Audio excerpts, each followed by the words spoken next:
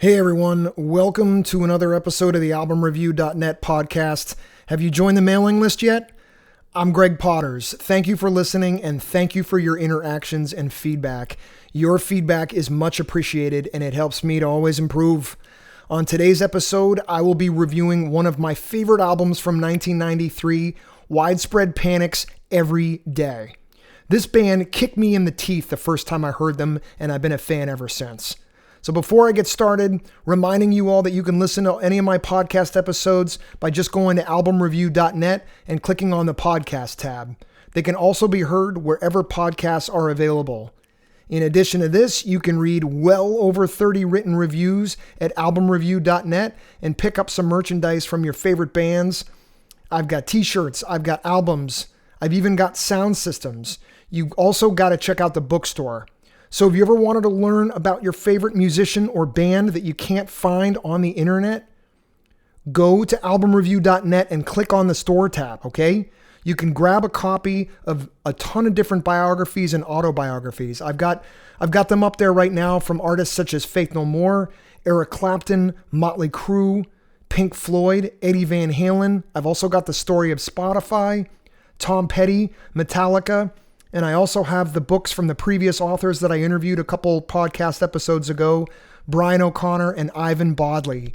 Their books will have you wanting so much more, I promise you guys that. All right. As JB would say, grab a drink, sit back, relax, and listen to this album review of Widespread Panic's third studio album, 1993's Every Day.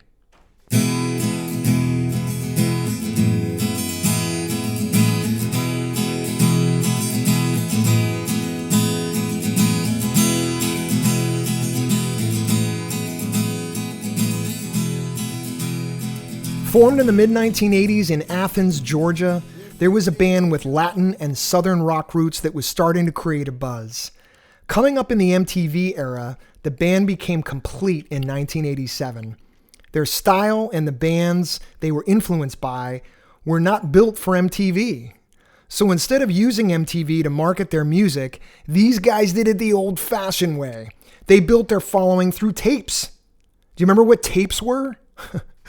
They grew their name by taking advantage of tape distribution. Lead singer John Bell met Michael Hauser in the mid-1980s.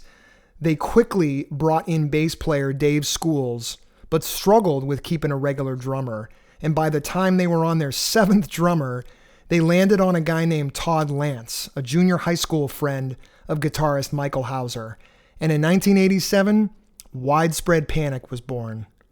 So similar to the way the Grateful Dead and Phish grew their fan base, Widespread Panic was open to the idea of sharing their music.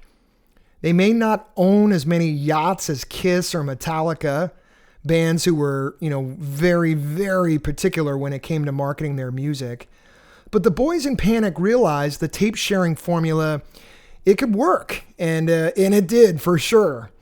So with the addition of Domingo Sonny Ortiz in 1988 on percussion, the band now had a real carved out bottom end and a fierce rhythm section ready to destroy. Sonny saw the band at a local Atlanta bar, the Uptown Lounge, and Sonny's friend coerced the band to let Sonny join in that one night, and the rest was history. So the band's keyboard player joined in a similar fashion. John Jojo Herman literally approached the band at a pool hall one night asking if they needed keyboard help. The band agreed to let Herman sit in on some practices, and although Herman did not become Panic's initial keyboard player, fate would have it a few years later when the band's standing keyboard player Terry or T. Lavitz left, Herman got the call and became an official member. So the lineup was set, and the band entered Muscle Shoals Sound Studio in Sheffield, Alabama in November of 1992 to start recording their third album and my personal favorite, Every Day. Now, what I did not know until I dug deep into my research is that the album cover for Every Day, which, by the way, if you've never seen it, it shows a young woman standing in the desert holding what looks like a white dove. So her hair it's blowing in the wind, covering a part of her face while the dove in her hands is covering much of the rest. But those eyes, just look at those eyes. The cover art is also colored mostly in dark red, which I found interesting. I thought kind of symbolizing mystery as you look at this really beautiful woman holding the dove. And if you look into her eyes, you might be able to guess who the person is on the cover. All right, forget that. I never did. I found this out. The secret woman on the cover actually happens to be famed actor or actress. Didn't we talk about this before? Is it actor or actress? It's a female, but do we call her an actor? Anyway, famed actor Angelina Jolie, who I believe was 16 at the time the picture was taken. The band noted in a later interview that no, they did not let us meet her. Surprise, surprise.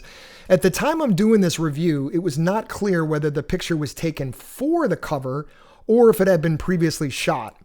And the connection, I think, likely came from actor Billy Bob Thornton.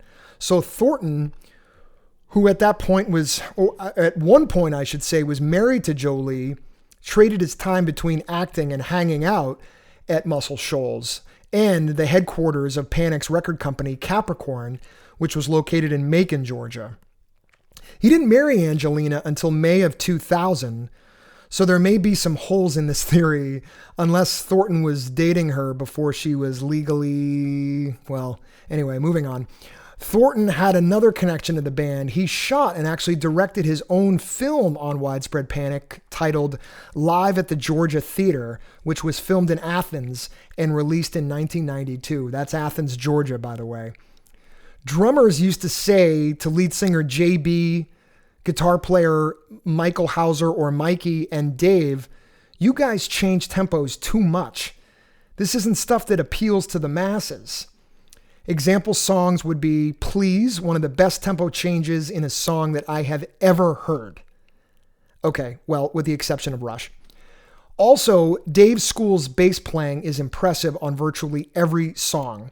He's mostly a pick bass player, but his 6-string modulus quantum 6 bass enables him to get a wide range of sound out of it. He also uses an envelope filter and an octave pedal. School's bass definitely holds down the low end and also enables him to solo like crazy mid-song.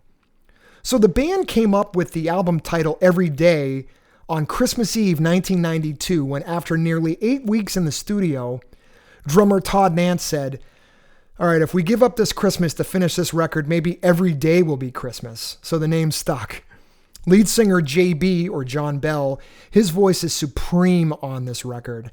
I don't know many people who sound like him. It's country mixed with rock. He has a gritty, grunty melody to his voice that legitimately gives Widespread Panic their own sound, and sincerely like no other. So produced and mixed by Johnny Sandlin and engineered by Jim Bickerstaff, the album reached a peak position at only number 184 on the Billboard Top 200 charts and number 10 on the Heatseekers chart. I have no idea what the Heatseekers chart is. Nothing incredibly impressive, but like many bands that came out of Athens and this genre, they remained a loyal following even to this day here in the year 2021. Okay, so changing directions a little here. The setting was 1995, okay? Picture it. Go back. If you were alive, maybe you were a kid, maybe you were an adult, whatever, who cares? Just picture it. 1995. I was looking out onto the beach in Old Orchard, Maine. I was invited to a beach house, but the host was running late and he told me to help myself to anything in the fridge and anything in the CD rack. So I grabbed a beer. It was a Busch Light probably. That was my bag back then, baby. Yeah, my tastes they hadn't matured yet, I guess. As I shuffled through his music collection, I found various albums. Okay, let's see. Counting Crows? Nah, not in the mood right now. Too depressing. No offense. Allman Brothers Live at the Fillmore East? Love it, but I just listened to that on my drive up. Then I found this red-colored CD case with a picture of a female holding a dove. Widespread Panic? I'd never heard of them, but I figured I'd give it a whirl. Well, the opening track, Please, starts off with a pretty nice drum beat and medium pace groove, as I'd like to call it. The guitar is void of any real heavy distortion. But then lead singer John Bell, or JB, begins to sing. Oh, what a voice. I'm 12 seconds in and I already dig this. The song continues to get better. What hooked me was... Wait, let's pause. I was hooked on this album from the very first song anyway. But what hooked me was that their constant changing of time signatures was just all over this album. Not in a Rush or Yes kind of way, where it's all over the place and maybe a bit much for some of you jam band fans or prog rock haters. But at 3 minutes and 29 seconds into the song Please, the song starts its other journey. Panic could have easily just made this a catchy tune with a few cool changes, but they didn't. The remaining section of the song had me closing my eyes, then opening them, taking a sip of my Busch Light, looking at the ocean and smiling. It was going to be a great summer night. Bassist Dave Schools noted famed Muscle Shoals session drummer Roger Hawkins and session bass player David Hood would hang out most days during their everyday recording sessions. Roger Hawkins heard the tempo changes at the end of Please and called the band Transition Magicians. Schools admitted hearing that comment from these two and thought it was a real compliment. Seriously, this is my favorite Panic song. It was the first one that I ever heard. The album continues with another jawbreaker, Hatfield. Bongos segue into an acoustic guitar as the beat kicks in, and I can feel each snare drum hit. It smacks me across the tempo. I had to mimic the cat sound the snare hit made each time with my mouth. Cat, cat. Okay.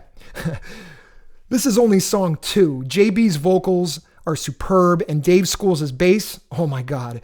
It's his best performance on any album of theirs. Schools goes berserk about 3 minutes and 45 seconds in, just berserk. So 1995 was before Google, so I was pacing the beach house. Who is this David Schools guy? Who is this band? Yep. Okay, song 3, a faster paced but groovy number titled Wondering. All right, this album is 3 for 3. Oh hell, let me spoil it for you. This album goes 11 for 11. And I must place it in my top 25 albums that I own simply because there are no duds on this. None. Every album has 1 or 2, I think, out there. Hell, most albums have 4, but not every day. Wondering is also chock full of time signature and rhythm changes and beautiful, heartfelt singing by JB. Dave Schools noted that some of his buddies from Athens complimented him on his band's release, calling it a wake and bake classic. Strangely, Panic did actually make a video for MTV for the song Wondering.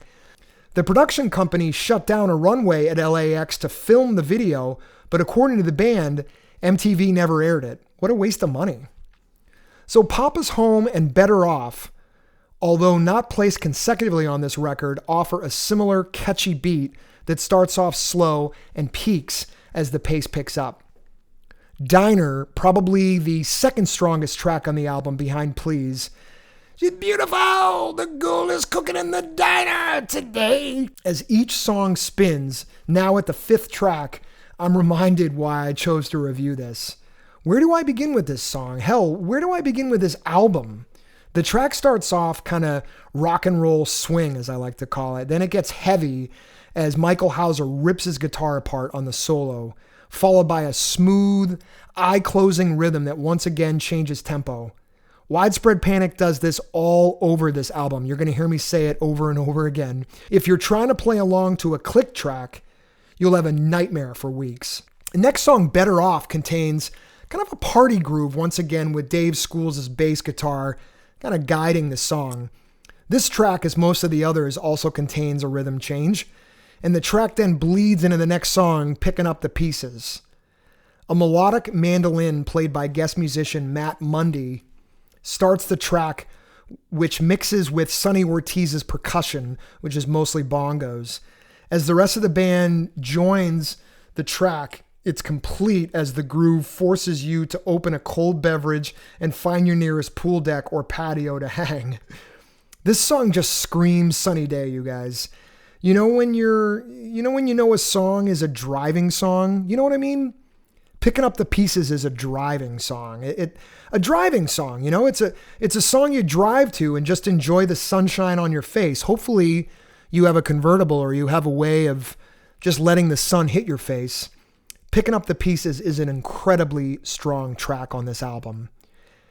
Add another one to the list. Henry Parsons Died. The next track gives you a rhythm change for the ages. Once again, try and play to a click track and stay on the beat with this one. As the album starts to wrap up, the first of the final 3 tracks will hit you like a jet ski coming at you 60 miles per hour at a Dwayne "The Rock" Johnson party in Ballers.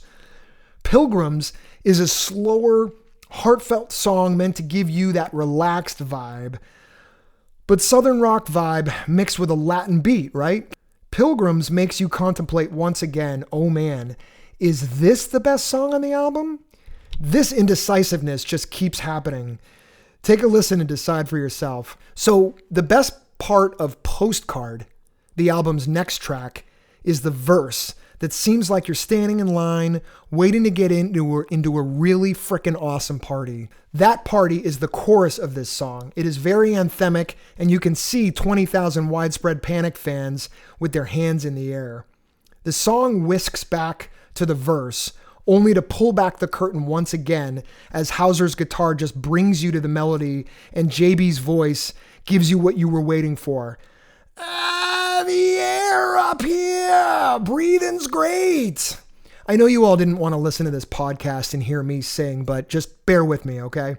Hauser takes the song off on a jam with his guitar, reminding me of seeing Panic at several outdoor events and street parties in college.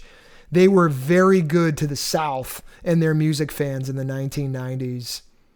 Just when you thought there was a formula to this album every day, the final track, Dream Song, is just that. There is something to be said about an album that does not follow that typical producer-encouraged advice to put a loud, fast, crowd-pleasing song to close out the album. Dream Song brings you to your beach chair. Just picture watching the sunset after a long day on vacation with the people you love the most, your family and friends. As the song brings you to dreamland, you just smile as you realize your cup is empty and it's time to get another. It's been 26 years since I first heard the album every day, and it is just as good today as it was that fateful afternoon I pulled it out of the CD rack with curiosity. When I landed in the Southeast for my freshman year of college, I was amazed at how many people knew and loved Panic like I did. But as I traveled back north for the holidays and summer vacations, I always felt part of a secret club when I would talk about the band with my northern friends. Most of them knew nothing about the band, for it was my job to turn them on, and it was a challenge I was proud to take on. All right, thank you again for listening to the AlbumReview.net podcast, and I hope you enjoyed my review today of Widespread Panic's third studio album, Every Day, my favorite of theirs. If you're interested in any of the albums I've discussed in this episode or previous episodes, go to AlbumReview.net and pick up a copy of your own.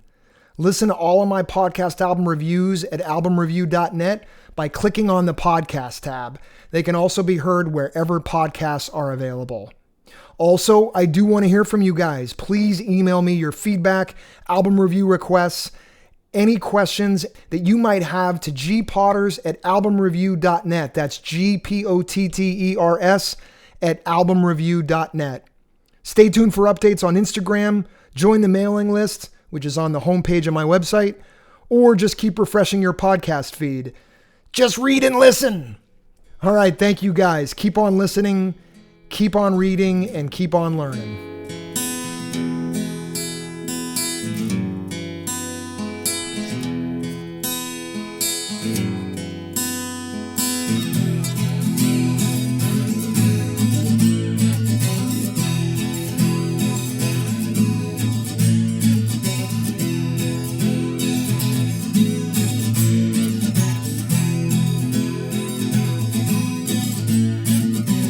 Take a trip down by the highway.